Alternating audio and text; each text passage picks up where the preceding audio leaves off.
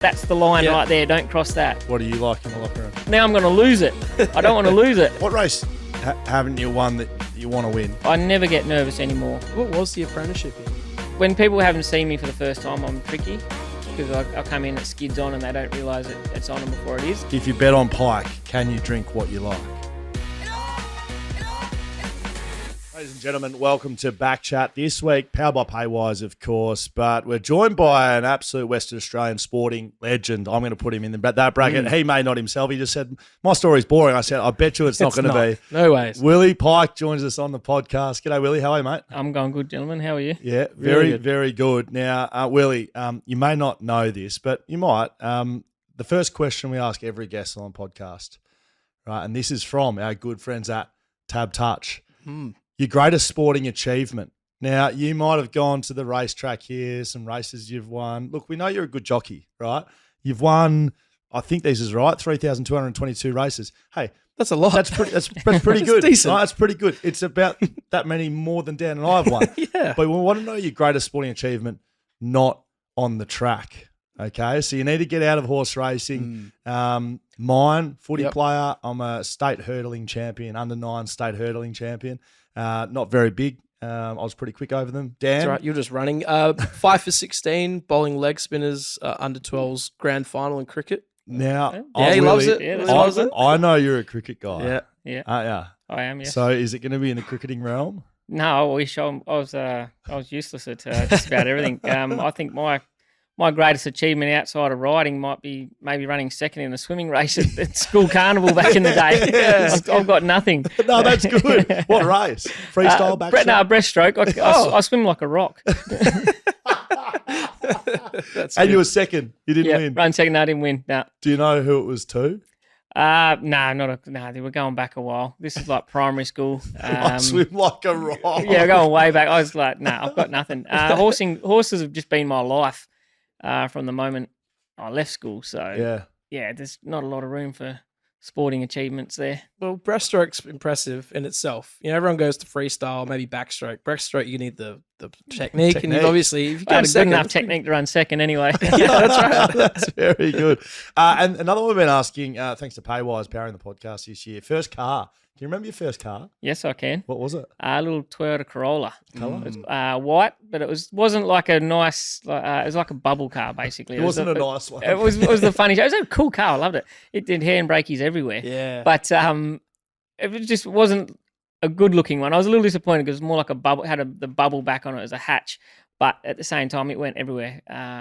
It was good fun car. Good thing about those older cars with the handbrakies, like nowadays it's like it automatically does it with a button. Back in those days, rip it up, do some little tails. Oh, yeah, great. You don't get that in the Tesla, Dan. You can't get that in the You don't Tesla. get that in the It's all Tesla. the front wheel drive cars, isn't it? So, Willie, we know what a great career you've had so far, and we're looking forward to seeing more of that, especially with the Quokka coming up this weekend. This will go out the week of the Quokka. But I want to take you back to the start, mate. You're a cool Coolgardie boy. What's life like growing up for you, mate? And then how do you get into horse racing? Yeah, so Coolgardie's a little town outside of Kalgoorlie. I know. I look back on my childhood and I loved it. I loved every bit of it. We used to go out our back gate and it was just open. And so we had motorbikes. We had obviously I had my ponies as well. Did a little bit of everything. We were always up to no good, but never causing trouble. Following the line. Yeah, exactly. like favourite part, I suppose. If I wasn't at a friend's house, they were at our house. They were only ever a couple of blocks away. It just wasn't like when you think about now how I've got my own kids and I used to just walk out and go to my friend's house and as long as I was home by 5, that was all that was needed. Whereas now, I don't know if I'd let them out of my sight. Yeah. But overall, honestly, I had fantastic upbringing. Classical sort of family, I suppose. Siblings? Dad was a miner and 2-1 most times, and Mum did her best to hold the fort down at home. I have three older brothers, so there's 4 kids altogether, and so I'm the youngest of the 4. And none of them are into horses. All various. They've all gone. Everyone's just about gone their own way, and yeah. Did you used to ride the ponies like to the neighbour? They're that far away, like you just jump on. No, unfortunately, we have to stable them out of town. They're a couple of kilometres out of town, but quite often we'd ride them into town and leave them in the backyard overnight, and then ride them back the next day or something like that. It was the options were limitless. You could go for a walk, a couple of kilometres out the back door, and you're checking out old mine shafts. Jump on a motorbike and just ride. It was just, that was the culture. It was, I suppose now you'd be in trouble for causing noise or ruckus, but that was just what everyone did. I knew you had siblings, but I didn't realise you were the youngest. Do you look back at your upbringing and being around those guys and think maybe that's helped your competitive spirit, the not liking losing, did you have to grow up a bit quicker having older siblings to chase after? The sore loser part definitely come on later on. But no, I think being the youngest, I got used to being beat. So I enjoyed if ever I'd run second last. So it was better than last. Right. That was how I was as a kid. But I think the best thing about being the youngest of the four of us, I got to watch what everyone else did wrong and not copy that. I used to watch my brothers, and I'd kind of, in a funny way, they'd get in trouble, and then I'd go, "Oh, don't get caught doing that," or don't do that. Yeah, Just don't exactly. get caught. And obviously, parents were a lot stricter back then, I think, and you learn when not where you watch your brother toe the line, and you go, "Oh, he's stepping over the line there," and sure enough, whack! Yeah. All right, that's the line right there. Don't cross that. And that was kind of, I think, the advantage I had being the youngest, other than always getting the worst jobs. Yeah, taking the trash out or something. I just got to watch the mistakes all my brothers made, and there was plenty between us all. There was plenty of mistakes made and plenty of backhanders dished out. Yeah. Oh, it's just interesting because it sounds like you learned how to learn, right? You learn how to watch things and go, oh, okay, this is how we do that. And like, we can all look back at our own, like how we were brought up, and whether it be in sport or life or whatever it is. And like quite often the lessons you learn back then is like how you've got to where you've got. So I just looking at, you and not knowing enough about you, but like it certainly seems like something you picked up back in Coolgardie. Yeah, when you, I suppose at the time going through it, you don't know it, but I suppose sitting here talking and actually thinking about it, definitely, that's probably the mindset that I developed. Yep. You leave school in year 9? Yeah, I just finished year 9, scraped through. So ticked it off. Yeah, we got there. It was a challenge. Yeah. But yeah, just got through year 9 and then started an apprenticeship. My uncle Arthur, who I used to go and he used to help me out a lot with my ponies. He lived in Perth on school holidays now and then. I'd float my horse to Perth and stay at his place for 2 weeks, and he'd help me out with my ponies, or I'd help him with whatever project he had going. And he put me in touch with a man called Jack Cockle. Yeah.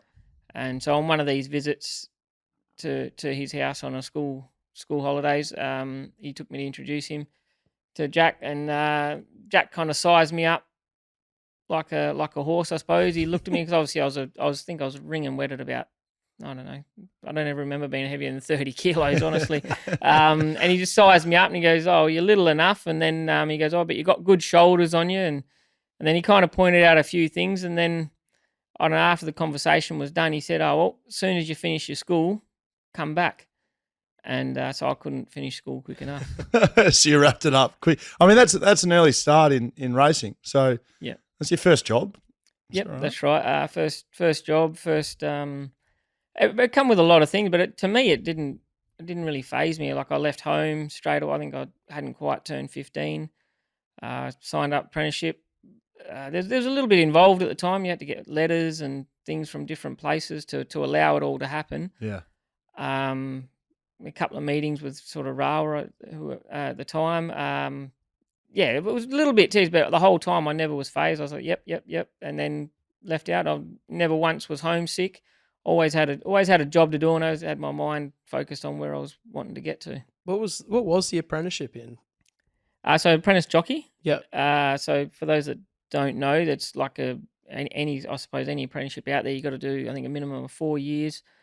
And it's, of course, like all apprenticeships, you start at the bottom. So the worst jobs being picking up the poo, doing all the jobs that no one really wants to do, but they need to be done. And I suppose they're the least rewarded and the least thanked. But you work your way up to the point where you're riding horses and someone else is picking up the poo. So that's the goal anyway. Just about getting out of the poo, really. Until you upset the boss, and then you're back to picking up the yards again. So can you race as an apprentice? Yes, that's right. So I know now a lot of the rules and things have changed, but when I did the apprenticeship, There was a set amount of trials that you had to do. I think it was 20 at the time, and they had to be done satisfactory. So if you did 20 satisfactory trials, you could go straight to the races. So some of the guys that I went through, we did an apprenticeship school actually. Sorry, going back a step. So we did a 10-week course at Mouchet, and so if you survived that, cause it covered everything from the basics right through to just touching on racing. It was a fantastic time actually. It was one of the best times of my pre-apprenticeship, I guess, and Laurie Millington and a few others were out there, and they took us through our paces. And if you survived that, then you went on to a boss. I was lucky; I already had someone pre-arranged in Jack Cockle. If not, they found you a boss, and that's your apprenticeship started there. And so some were lucky enough; they got their 20 trials out of the way and were riding real quick. I was asked to wait 6 months before I started doing trials because I was quite small. And then the boss, Jack Cockle, he held me back a little bit more because he said, I want to wait for you and take you away to the country tracks so that you're not exposed on the grass just yet because I don't think you're ready. And through it all, I was like, yep, no worries. That's all right. Yes, boss.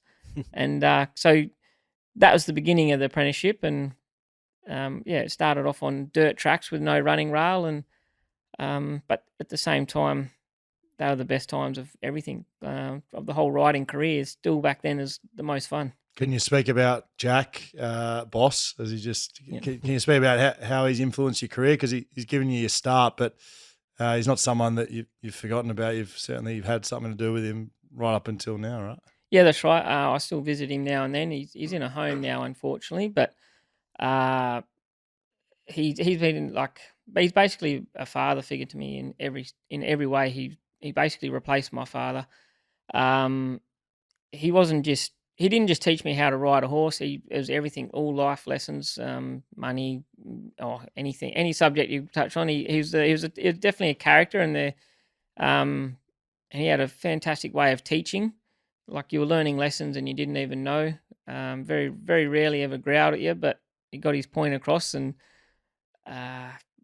just a great guy in general. As I said, he became a father to me, and I still visit him when I can. And right up until the point when he still had his trainer's license, I'd still go out there on Fridays and gallop his horses. Yeah, I read that. There was stages where you pretty much only be riding Jack's horses, doing track work. Yep, that's right. I had Fridays used to be designated, set aside for his horses. Yeah. I'd go out and I don't know whether there'd be 4 or 5 or sometimes maybe even 8 or 10 of them, which at the time was a little bit tricky, but I still wanted to keep the bond going because at that time I suppose I'd moved on to city riding and he still had country horses, but I know he's just always wanted to be part of what he was doing, and he's always kept a real big interest in me too. He said to quote him, he said, "You're a better man than you are a jockey," which, given you're a great jockey, then he's had a fair influence on your life, not just riding horses. Yeah, that's right. Absolutely in every aspect, and I look up to him in every way, and still enjoy catching up with him when I can. Footy players always get asked, what happened in your first game or how'd your debut go? And quite often it's, I had one touch or I sat on the bench for the first half. Do you remember your very first race? Yes, I do. How'd you go? There was a horse called Hitchhiker in Esperance. Yes. I sat 3 wide eyeballing the leaders and run last. And I come back into the room and I wasn't a very smart kid at picking things up, but the looks I got from the other jockeys, I knew I'd done something wrong. Right. And I was that simple as far as a racing brain goes. I had no idea that allowing your horse to sit 3 wide, eyeballing the other runners was like one of the biggest no-nos that you can do out on a racetrack. It ruins your chances. It ruins everyone else's chances. And I just didn't know that. I had no idea. And I picked it up pretty quick not to do that again.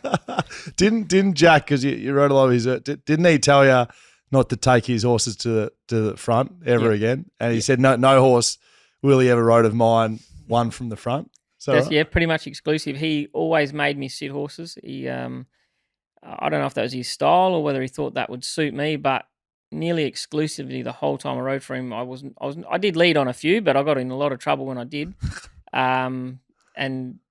But he's always just made me sit them and come from behind and learn to save them for that last run. Does he still give you feedback now? Like yeah, absolutely. Yeah. He's still probably my biggest critic or supporter as well, all in one. Yeah, he'll let me know if I've messed one up, but also he's pretty good. I think he's gotten a bit nostalgic in his old age. Now he tells me that sometimes I do a good job.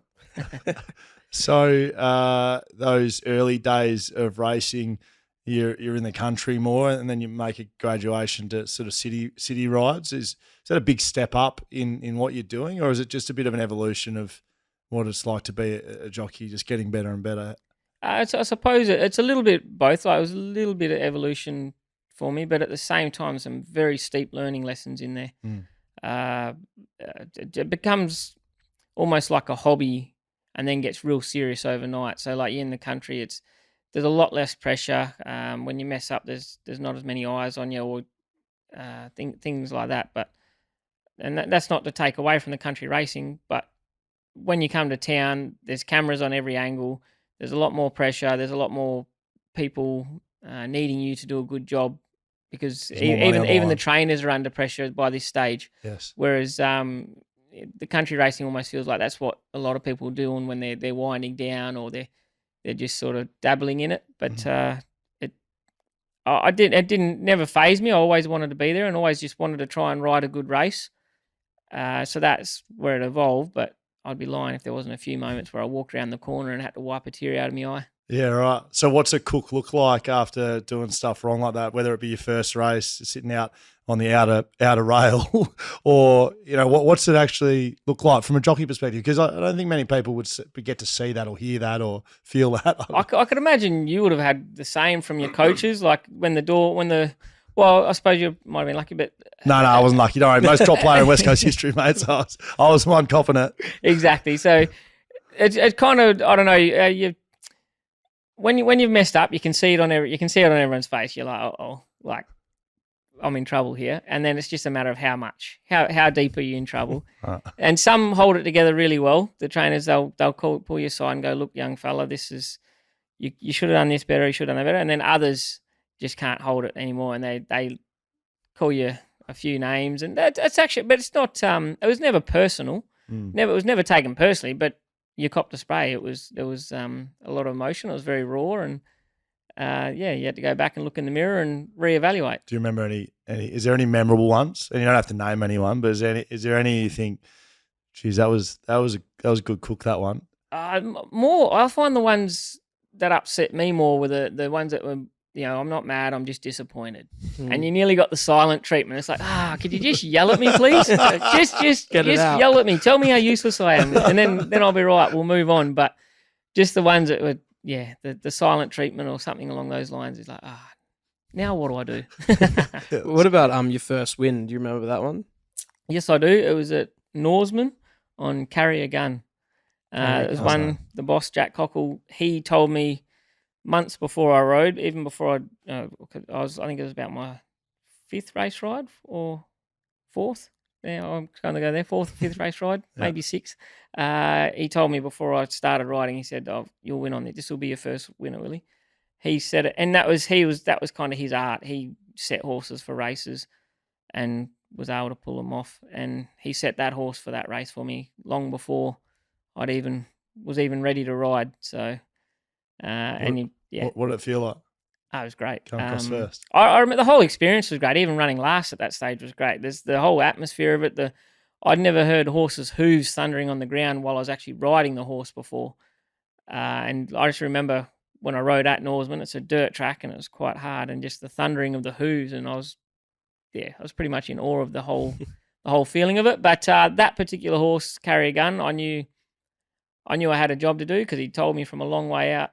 The boss had told me from a long way out that this was going to be my first winner. So I just remember turning for home and then roaring at the horse and screaming at the top of my lungs for it to go faster. And I think a few people in the crowd might have heard me as well, but I didn't care as long as I went past that line first. So we spoke to Damon Oliver a little bit earlier in the year on the pod, and he spoke about, what is it, the Ollie Roar? Roar, yeah. And I, look, again, I'll put my hand up, I'm not the biggest racing expert, but I didn't know that was a thing, that you blokes would talk to the horses, yell at the horses. Yep. You get to get them going. Well, it's everyone has a different approach. Some like to pat and and tell them how pretty they are, and some of them like to rough them up and get under their skin. Not rough them up, but like get in their heads and get in their.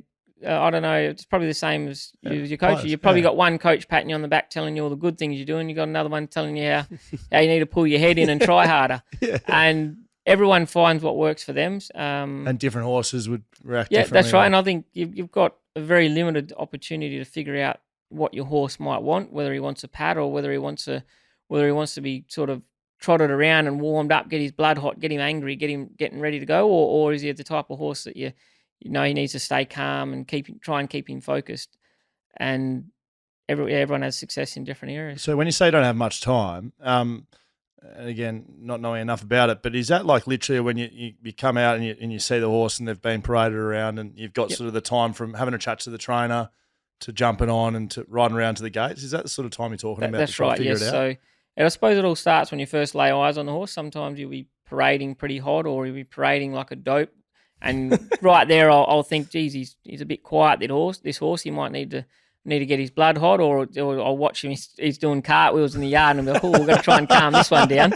It starts there. It's a visual thing. Then you'll talk to the trainer and try and get some idiosyncrasies about the horse, what he likes, what he doesn't like. He might say he needs to be really calm to race well, and that's right. You're seeing him calm, and you're like, oh, that's all good. Exactly, and also like my big thing, I'm very lucky. I'm in a good position to do it, but I always say what a trainer says is only a guideline.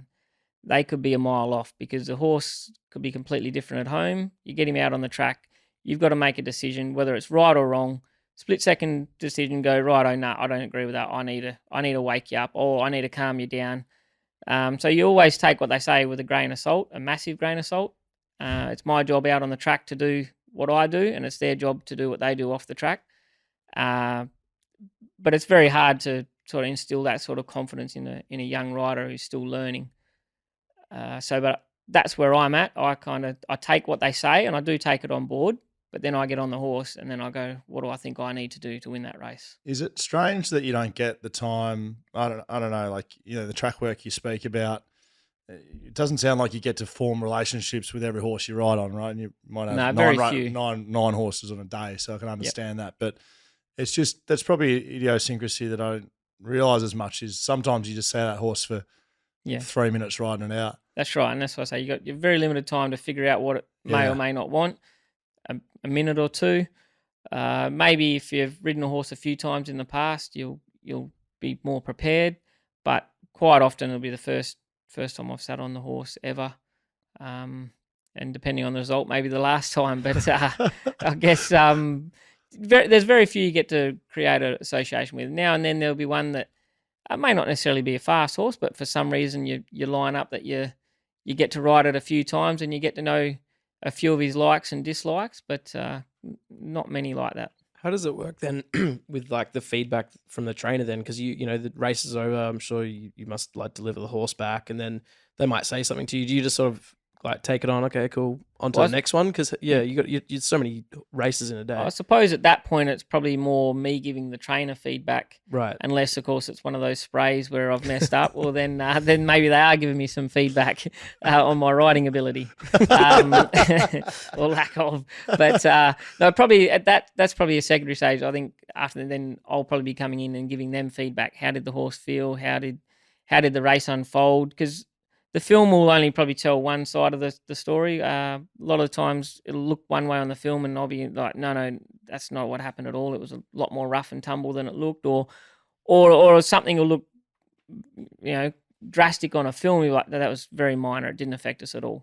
So it's probably definitely more afterwards me giving feedback to the trainer, either about his horse or about the race in particular, and that way we can all form a plan on what to do next. Whether it's, if you've just won, things are a lot easier because you've got a clear direction. You've won a race, you're in a good place, you go on to the next race. But if you haven't been lucky enough to win, well, you've got something to work on.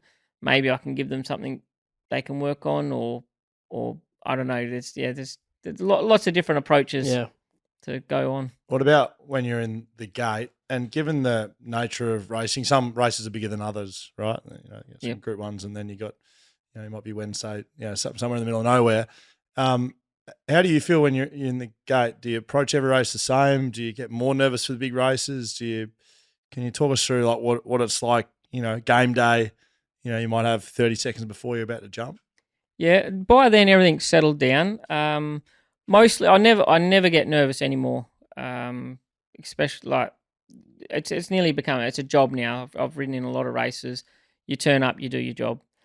Once in a while, the only time I really find myself getting, say, butterflies or a little bit nervous now is, say, this Saturday, the Derby's coming up. Yep. As we're recording this Yep. this Saturday. I'm probably a little bit nervous when I see the barrier of the fields will come out on Tuesday afternoon.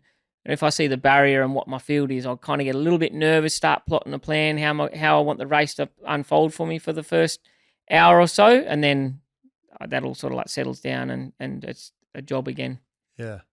And what about the jump? But yeah, as far as the jump, it's unfortunately, it's quite boring for you. Like it's Right. not early on. It used to be the most thrilling thing. You jump out, you felt the power of the horse. You felt it was fantastic. But now all butterflies are gone. You've got a game plan. You've got a job to do. Go do it. So where do you get your emotion from? Because you can't tell me you just jump on a horse and it wins or loses and, happy or sad, whatever. I can just tell, again, without knowing you too well, you got to have something that motivates you. Well, winning's a motivation.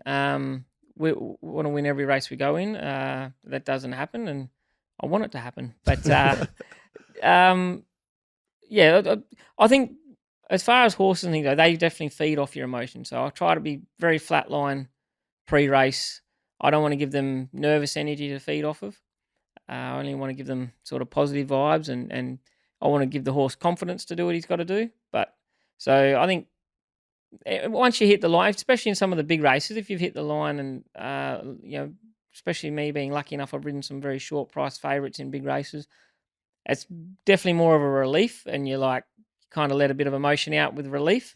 But in general, just the satisfaction of winning or the satisfaction of riding a good race and getting a good result is the motivation for me. Do you trash talk at all in the gates or while you're racing? No, not such. In a lot of time there can be some banter. Sometimes there's good fun out there. Like what sort of things are being said?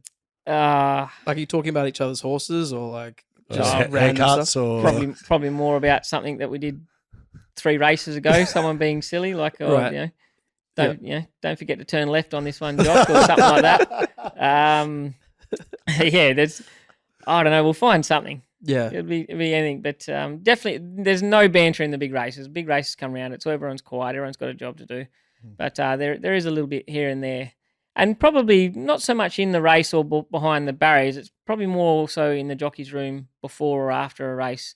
There's always a bit of someone's telling a story or or something's happening somewhere. You're either listening, shaking your head, or you're part of the conversation, having a joke. It's one way or the other. Is that a bit like that's the locker room, right? Definitely. And so there'd be characters, there'd be yep. loud and talkative ones, and there'd be silent ones. What do you like in the locker room? I definitely get up and about sometimes, but I don't. I'm definitely not a silent one. I've got an opinion, and I let people know it, and they hear it, whether they like it or not. Don't know if that's a good thing or not, but that's who I am. I'm definitely not a silent, broody one, but I also don't think I'm the storyteller either. There's a few of those in there that you shake your head once they get started. Is there ever any tension, like after a race, something's happened? There must be, given that there's a fair bit at stake, not only monetarily, but like it's a dangerous sport. There must be. It can't just be all. Good job, buddy. Everyone. Oh, you mean as in? Is there a few biffs or? Yeah, absolutely. Yeah, there's well, if we're not happy with the way someone's done something, especially that first 5 minutes after a race, the blood's hot, the emotions are high. Yeah, well, there's plenty of we'll coach one another on how to ride, I suppose, quite explicitly. There's plenty of that. There's plenty of someone won't be happy with what someone else did, but it's 9 times out of 10 it's over and done with within minutes. Yes. Once in a while, there'll be a little bit more. Yes. But it's very rare. I think the respect and the camaraderie in the jockey's room is a lot better than it used to be. I think when I first started riding, there was a few more biffos in the room. But funny enough, more often than not, any disagreements that happened in the jockeys room was normally over seating in the jockeys room itself. If someone sat in the wrong seat, there was a fight over that. Is that right? If you cut them off out in the race, you'd be, you silly bugger, and you move on. But if you do not sit in someone else's seat, and not without there being consequences anyway. And how are they assigned? Is this like tradition? Tradition, yeah. Is that right? Tell me more about this. Well, the one that I can think of in particular is Troy Jackman and David O'Hare. I think Troy Jackman, he was quite an older rider at the time, but he hadn't been riding for a long time. He was at Pinjarra. He come back for he made one of his comeback rides, and David O'Hare. Sorry, he was in David O'Hare's seat, or Troy Jackman said, "No, this is my seat. I've been riding for 30 years. I've sat here for 30 years," and they had a disagreement over it. And it was actually the best thing ever. It was great. It's there's some pushing and shoving and argy-bargy, but it was so all over seating. It was great. What about in like a lot of sports, there's rivalries between two teams. Is that happen in riders as well? Like, if you're aware of a certain jockey being in that race, you're like, oh, I got to get this guy. Yeah, definitely. I suppose right now I'm in a rivalry with Chris Parnham. That's nothing to do with him and his character as a person, but he's the number 2 rider and he's poised to pass me right now. So if there's someone going to win a race, I don't want it to be him. And I'm sure he's the same as me. I don't think there's anything personal about it, but yeah, it's a healthy, respectable. I'd rather him not win. Yeah, but if it was say Clint Johnson Porter, if he was in second and he was about to pass me, well, the last person I want to see win is Clint Johnson Porter. So if I'm lined up in a race and I can do my best to beat him home, well, I'll be doing that. Pike in the last. Why is your record in the last so good? This has become a thing for punters around the country, and I'm sure you do know about it. I'm not going to ask you if you know about it, but Pike in the last, is that something that you think about, or are you just trying to win every race you're in? I do try to win every race I'm in. For a long time, I didn't think about it, but I can't help but think about it now because, I don't know, I think I'll go out for the last race somewhere and think I'm only just a very ordinary chance, just hoping to get a good result, and I'll go out and it'll be favourite. I'll be, oh no, these guys are on me again. Oh no, and I do feel a little bit of, I know people are relying on me to get a job done. I really want to be the one that gets the job done for them. But why that is, I think the reason why I'm so good in the last is I've had normally 7 rides before it to figure out how the heck I'm going to win a race. And I'd like to say it's because I'm that clever, I win the last. But no, I've had 7 practice runs beforehand and figured out what the heck I need to do.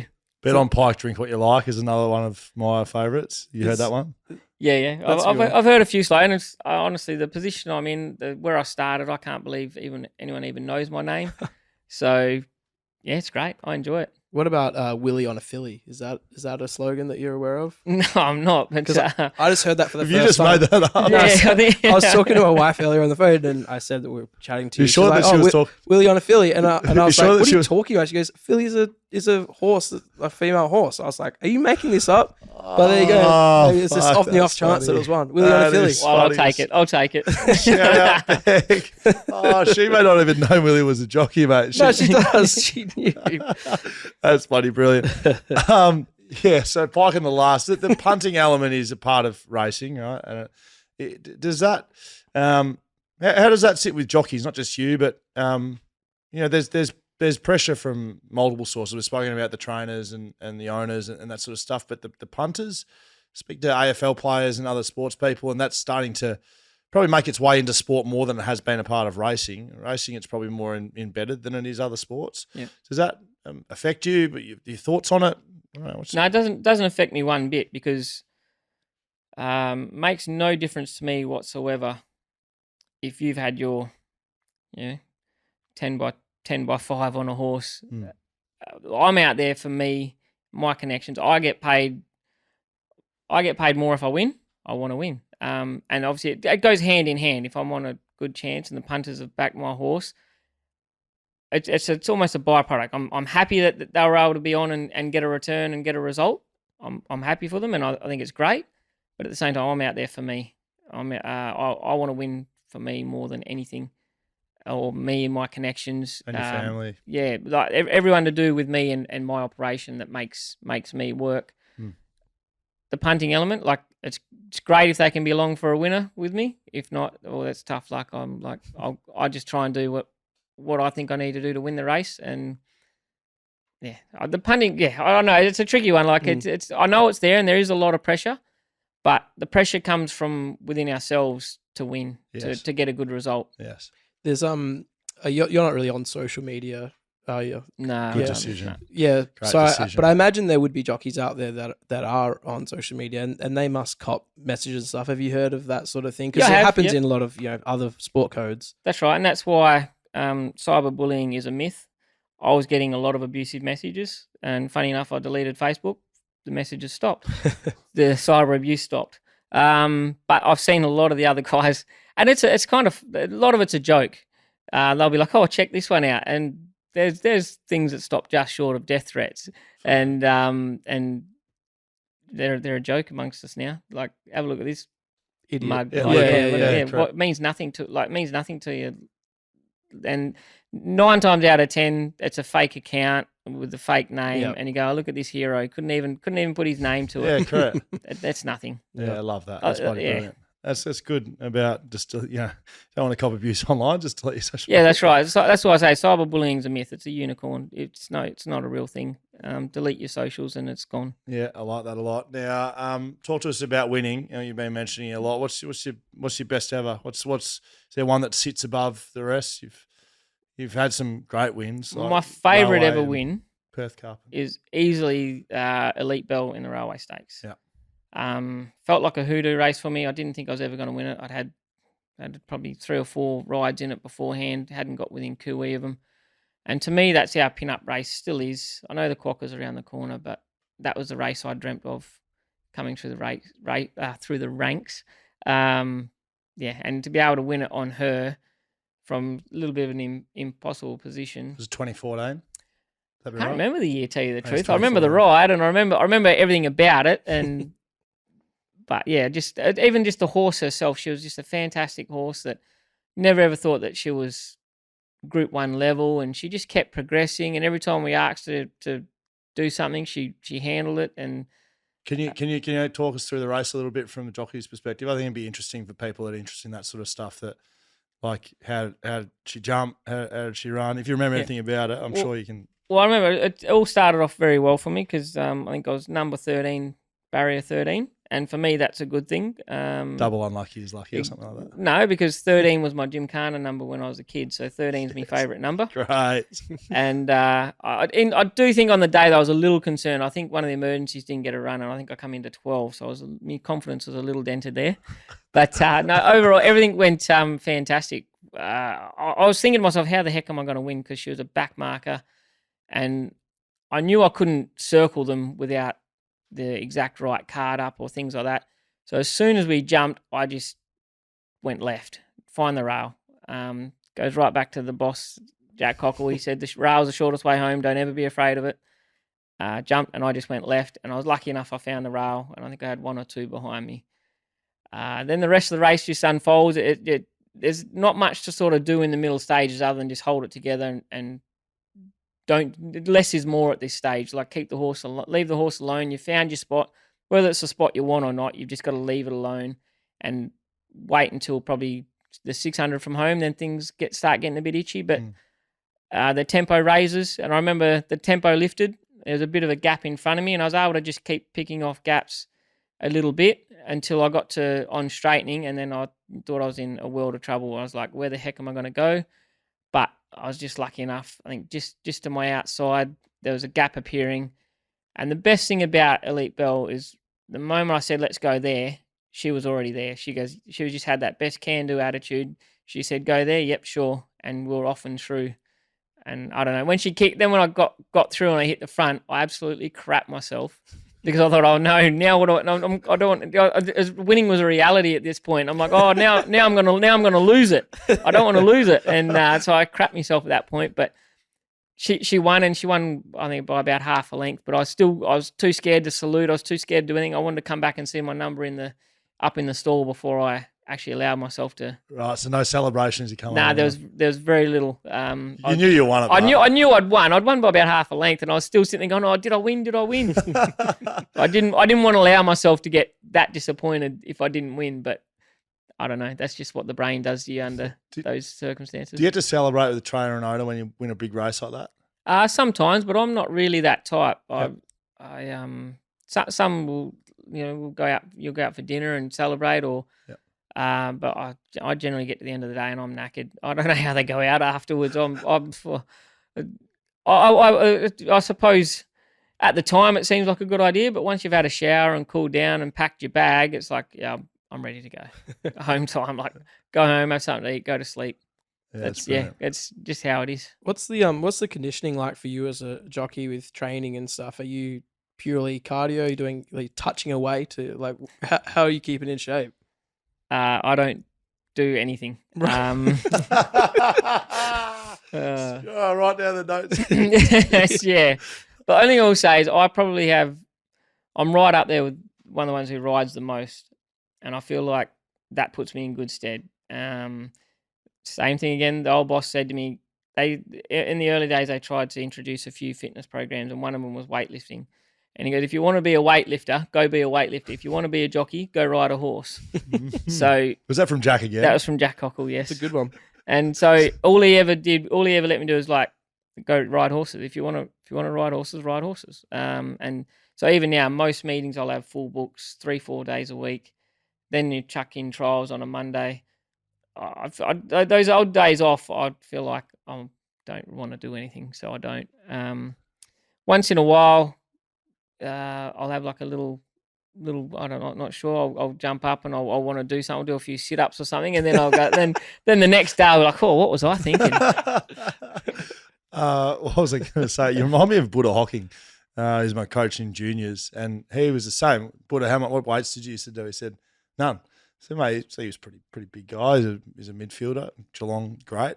And he said, mate, I was having 40 touches on the weekend. I was training during the week with the footies. He said, how much does the footy weigh? I was like, I don't know, 200, 300 grams. He said, mate, do some calculations. If I have the footy 600 times in my hand and it's 300 grams, I'm doing all the weights on there with the footy, right? I'm doing the weights with the footy. It's very good. There's a similar mentality to you. What race haven't you won that you want to win? Like what's on the list for you that you'd love to be able to win that one? Well, Quokka's around the corner, so but that's a pretty new race in WA. So the Quokka, let's stop there. I'll come back. The Quokka is the richest race in WA. It's a slot race. Yep. Owners will buy a slot and they get to pick their horse and their jockey. Is that how it works? Yeah, it's a very it's pretty much still a new concept. I know it's been out for a little while longer over east and that, but it's still a new concept, and I'm still trying to wrap my head around exactly how it all works. But essentially, there's people buy a slot, they get to pick a horse to fill their slot. A lot of the times they'll pick their own rider as well, but at the same time, most of the time it falls into place that they want the person who's been riding the horse, so not too much jockey changing going on, but they can if they want. They can set the rule. The whole point of it is the slot holder can set the rules. They negotiate an amount to split as far as the purse goes. They negotiate everything, and that's a part that I'm not really a part of, so I don't know exactly how it goes. But all I know is I haven't won that race yet, so I would like to win it. And being the richest race in WA, it's popped up out of nowhere. It had massive success in its first year. This is its second running coming up, and it's shaping to be better again. So, yeah, I'd love to win that one. But I've won nearly all the races in WA, so I would like to one day find myself back in a Cox Plate over east. Right. I had one ride in it, made an absolute mess of it, and I would like a chance to redeem myself. Right. And getting rides in those races over in Melbourne and being WA's greatest ever jockey, is that more difficult to get races in those big races over there? Like, I guess I was expecting you to say the Melbourne Cup. Yeah, I suppose everyone, but I'm not nostalgic like that. I just find the Cox Plate distance is more suitable to a bigger variety of horses. It's run on a very peculiar track at Moonee Valley, and then it's weight for age. So then when you talk about Melbourne Cup, it's at a distance that, it's well beyond some of the horses that go in the race, but they're having a go anyway. It's not weight for age, so you get real lightweights that can dominate the race. So the best horse will have a heavy weight. He may not get to feature because he's handicapped. Right. So I just find it, just from a point of view, I think it's just nowhere to hide. Everyone's on level weights. It's at a distance where it's not too far. You can still be at your best. And then you chuck in this track that just can be so unforgiving. I'd just love to be able to win that race. Just to say I ticked all those boxes and conquered all those things. I had a horse that was equally as good as everybody else on the day because he carried the same weight, and then it didn't have a distance advantage or disadvantage, and I nailed my ride on the track. So it's like the great leveler of a race. For me it is, and like you said, someone else might say, no way, I'd rather a Melbourne Cup or an Everest now that's there, but a Cox Plate just holds that ultimate challenge. Yeah, I think that's brilliant. What about, racing over here in WA, you've done that a long part of your career, and then there was a period sort of while we're in COVID lockdowns that you made the move over east and you effectively had to leave the state. What was that like? It must have been difficult from a racing perspective. Yeah, it was. So I wouldn't have the vaccine, so a lot of things were going crazy at the time. There was a lot of uncertainty, and I was willing to just not ride. I suppose I'm a bit arrogant, a bit pig-headed. I didn't like being told what to do.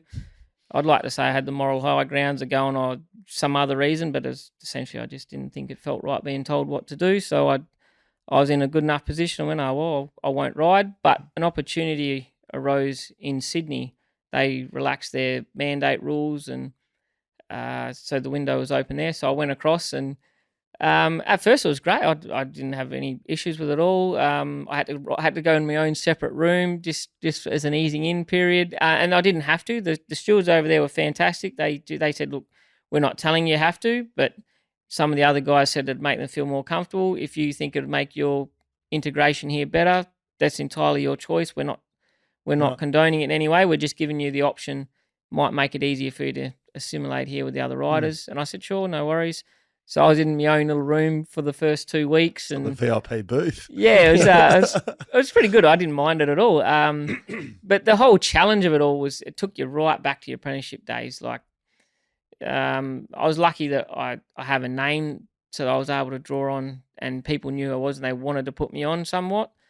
But at the same time, I had to take a big backward step, relearn my trainers, relearn how to ride tracks, and there's a lot going on. I think I did very well for the first 6 months that I was there. I was happy with myself. I thought I did well. But the last 6 months I was there, I did a garbage effort. I was getting very good opportunities. I wasn't converting them. And, I was ready to go home by then. I probably should have packed up earlier than I did. But overall, the experience was great. I lived a different lifestyle than I was used to. I didn't really do anything other than I already do. I ride races. The most exciting thing was I had to turn right instead of left, because Sydney races the other direction. Didn't stuff that up. So at all, yeah, did you? exactly. But it's, but overall it was it was great. I enjoyed the whole lot of it. But Sounds like there's some challenges though, like that, and then maybe that's Absolutely, why yeah. it was good, right? It's challenging someone who's been good at their sport. Yep.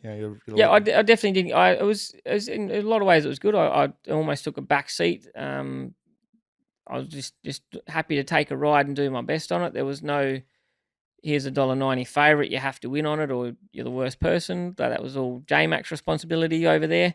Yeah. It was So almost enjoyed riding a little bit again, and not again, but back to the grassroots. I just enjoyed the challenge of trying to get a win. Yeah.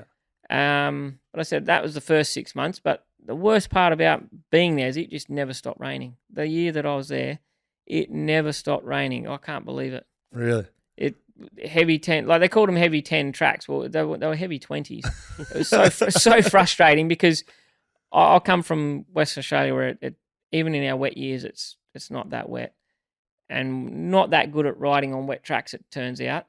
As I found out the hard way, and because like a classical good ride where you get in a good position, good rhythm, breathe, it doesn't account for all that much if you're on a horse that doesn't get through the heavy track. And I don't know, I found it very hard to convert a lot of my chances through a good ride. You had to actually think about it differently. And it was definitely a challenge. Yeah, sounds like a good experience. So that you did it. Mostly good. Yeah, you're right. Yeah, you're right. What about the heel, mate? You've come in. Talk us through what happened there. It was a bit of a freak accident, and you got one sock up, one sock down at the moment. You got a compressing cool bandage kid, on it. Esho bra. That's good. Well, how is it? It's getting there very slowly. You got a bit of a limp. Yeah. You broke your heel, right? Yeah. Yes, I did. I broke my heel. I'd like to say it was happening in the barriers, or I was riding a horse and it bucked me off or something. But no, I was on my son's motorbike doing a wheelie and flipped over backwards, put my foot down to try and catch myself, and broke my heel. I didn't actually know that. That's pretty crazy. Funny. Is it far enough past that it's funny now? No, it's funny the whole time. Yeah, other than being reckless and stupid and all those things, it was funny the whole time. Like I was on Jet's motorbike, and here you are, this is how you do it, and that, okay, that's what you don't do. What's that? What's this that? whole learning of watching others and how they fail? Yeah, Dad just taught you a lesson. You've been off for a bit though, eh? About 10 weeks or so. Yeah, that's right. I think it was 10 weeks. It might have been somewhere around 10 weeks all up. How's it feeling? It hurt like heck. Right. The first few rides back. It still hurts like heck now, but I've come up with ways. We're strapping it differently now, and it's a lot better. If I strap it I don't really understand it myself, but I broke my heel, but the front of my foot, if I strap the front of my foot heavily, it feels really good. Right. And I started off strapping the back, trying to protect the heel, and I was still getting a lot of pain. But for some reason, when I put the strapping right forward, it feels great. Yeah. And I think on Oscar's Fortune over the weekend was probably the first time I rode in a race without actually feeling the pain. The race itself, you don't feel the pain. When the barrier's open, the adrenaline's up, you don't feel the pain. It's right before and right after, and it's just a bit uncomfortable. It hurts, but it's, you know yourself, you can push through it. It's not that big a problem. You grit your teeth, you can go through it. It's not really that big a deal. But just for the sake of being able to think the way you want, it'd be nice if the pain wasn't there. And on Saturday, just gone with Oscar's Fortune, with the way that we're strapping it now, was the first time I was able to worry more about the horse than my foot. Who have you got in the Derby and who have you got in the Quokka next couple of races coming up? I got Oscar's Fortune in the Quokka coming up and Buckets Ridge for the Derby. Both have won their respective lead-up events. Been very good rides. Obviously, as far as the Quokka goes, we've got a lot of Eastern State Raiders coming across for that one. It's going to be super competitive. The Eastern States Riders are coming. Big purse on offer. So I've got a fantastic ride there, but we still got to try and get the job done. It was a close one last year, wasn't it? Amelia's Jewel. It was, yes. Amelia's Jewel. You riding that? I have the accolades of being the first one to run last in that race. Someone had to do it? Yeah, it was me. I got the wooden spoon. There you go. I got one of those. So anyway, it's a pretty, and it's actually it's a nice vibe in racing for me, because a lot of the times this is sort of like our juvenile season, and if you didn't happen to land a good ride in a couple of those real feature races, it was a pretty just normal time of year. Whereas when you're talking about our carnival time, even if you didn't have a real good ride in the main races, there's a vibe, there's an atmosphere in it, and it's great. You love being in part of it. So with the Quokka being on, there's a little bit of vibe around, and a little bit in the air, and it's nice for this time of year because you're not used to having it, and it feels good. So it's a good thing for racing. Absolutely, everything's good. Like racing's going great from a participant perspective. Racing's in a great place. We're going good. Everyone's always complaining and moaning about something, but that's the nature of the beast, isn't it? You sound pretty happy, mate, so it's good to hear. Now, that's pretty much us done and dusted. The Quokka, by the way, is Saturday, April 20th at Ascot, so make sure you get down there and see Willie Park absolutely slay them in that one. Thanks to TABtouch. Yeah, correct. Go Oscar. Go Oscar. Now, this part of the show, that's enough from Dan and I, Willie.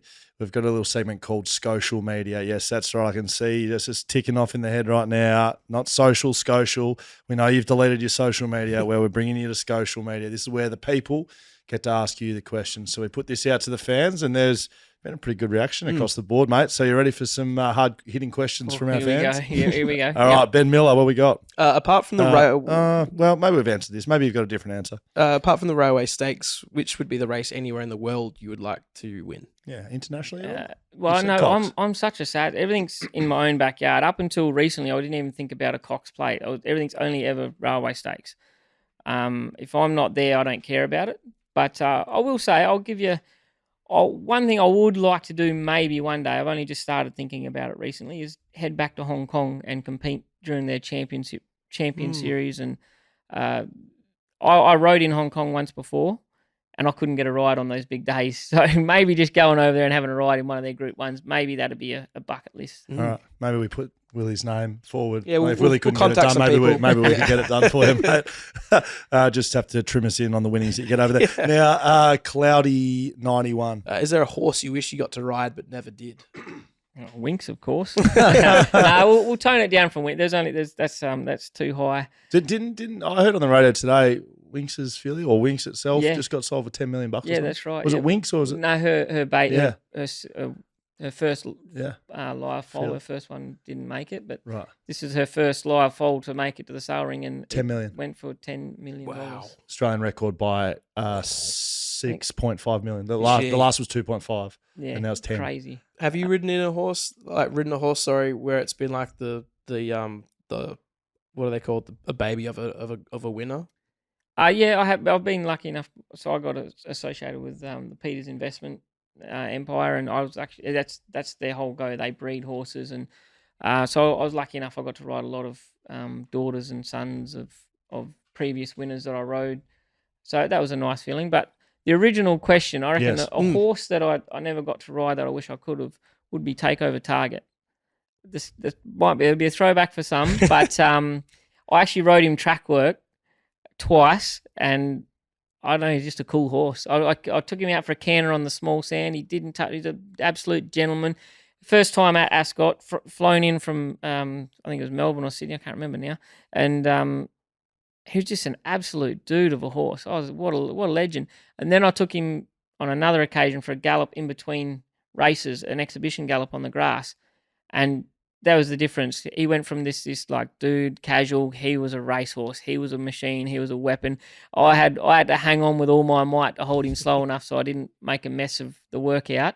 So, and from then I was like, oh, geez, I really wish I could have rode him in a race. Why didn't you get to? He wasn't my rider. He was above my pay grade. That's very good. Dubster. Does the horse know if they win? Yeah, I think they do. I think it's no coincidence that when you see a horse, just say that every now and again you'll come across a horse that it's running well, but it never seems to win. But then when it does win, it'll string 2 or 3 together. And for me, that's enough to say I think they know. Bit of confidence. They draw confidence out of whether or not you put it down to the win itself or just the maybe the vibe of everyone when they do win, and the horse knew it did a good job, so it tries to repeat it. I'm not sure what mentality you want to take with it, but I do believe winning is a habit in every part of your life. Blake double underscore. How many more Perth Cups will you and Chuffer win? Puffer. Is it Puffer? Yeah, that'd be Grant Williams. Grant and Alana Williams. Chuffer Puffer.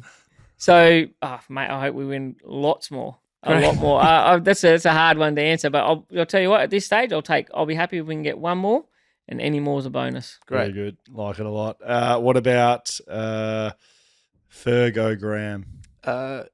Who is the best staying type in WA? Oh, I don't know. Anyone that I've just won on, I guess. That's actually really tricky. I probably don't put enough thought into rides like that. I'm always probably a bit more in the moment trying to find a winner for next weekend or the weekend after. I've probably not got that good of an eye for scoping out a horse that's going to be the next good staying type or the next Perth Cup horse. I'll probably deal with that issue as it comes. So I probably can't give you a good answer there. It's fine. Chippy Norton. Do you still play indoor cricket? Oh, up until the Crusty Demons motorbike accident. Evil Knievel. What could have been? But no, I was right up until I broke my heel. I was still playing indoor cricket. I'd switched from Mandurah to Leeming. Yeah, like Great. everything back now, out the middle every time. Yeah, sevens. no, I'm Six actually- or eight aside. No, I'm absolutely useless. I'm just happy they let me play. I think it's one of those things you're hopeless at it, so that's what you want to do, Yeah. and that's me. It's 8 aside at Leeming. It was 6 aside in Mandurah, so I'm trying to adjust to the. What are you though? You might be hopeless, but I'm a bowler. I know I'm a bowler. I'm actually.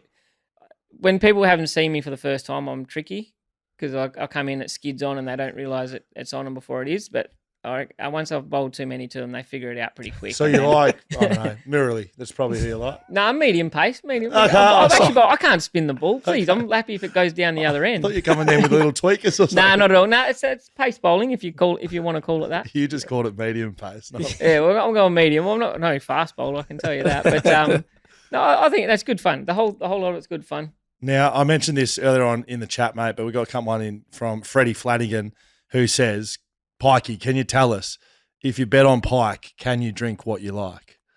Well, water's always comes out of the tap, doesn't it? Jeez. No, not at all. That's for me. If you're, I don't know, pick your battles. I can't win on anything. I get the best rides in the state, and I'm still going at about a 25% strike rate. So figure that out for yourself there. Just pick the one you like and have a go at that. Otherwise, sit and watch. Very good.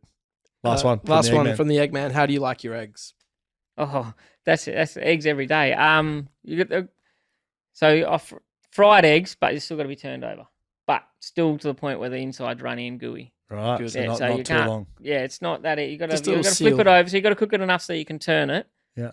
But you still got to not break the yolk, and it's still got to be runny. Sounds like an art. Yeah, don't mess it up. If you break the yolk, you got to get rid of it and go again. Is that right? Yeah, no broken yolks. Have you got your own chooks? Yeah. Yeah, you used to have all that. Since Sydney, all of that's gone. But actually, we used to have chickens and we had everything. It was good old funny farm happening. But now it's since Sydney, a lot of that's all gone. It's got the dirt bite chat where you Just Evil Knievel all the way. backflips down the front. Mate, I've just got one more okay. question for you. What are your thoughts on a Shetland pony? Shetland pony. Mm. I reckon they're like the devil reborn. I think. They're just such an odd creature. Yeah, they are. I suppose they're like a chihuahua and a dog. Like everyone's like, oh, how cool, but they're evil. That's them right That's there. it. Yeah, that's fine. mate, that's us pretty much finished up. Did you have fun? Yeah, definitely. That was great fun. Very Beautiful. good. Willie Pike, thanks for joining us, mate. Thanks for having me. It You're was a good man. Good luck in the Derby. Good luck in the Quokka. I reckon we may have to build a little special Yeah, for we Willie. will. I know he said he can't win on anything, but you're We'll our take man now. 25%. Yeah. I'll take those Yeah, we've got to get you a those ride in Hong Kong. No worries. Yeah, we'll do that's that right. as well. There we go. BackChat __ is on socials. BackChat powered by Paywise this year. A big thank you to TABtouch. Got our man over here in his hat and his shirt and looking very nice, I've got to say, in the pair. TABtouch, you've... You got the touch. Thank you very much. Whippersnapper Whisky, ID Athletic, Mamba Digital, Shelter Brewing Co, Leadable Precinct, our good friends everywhere. Thanks to our VIPs, our patrons. You can find all that stuff at backchatpodcast.com.au, or you can buy merch, you can buy tickets, everything else at backchatstudios.com.au. Willie Pike, thank you very much. Beauty.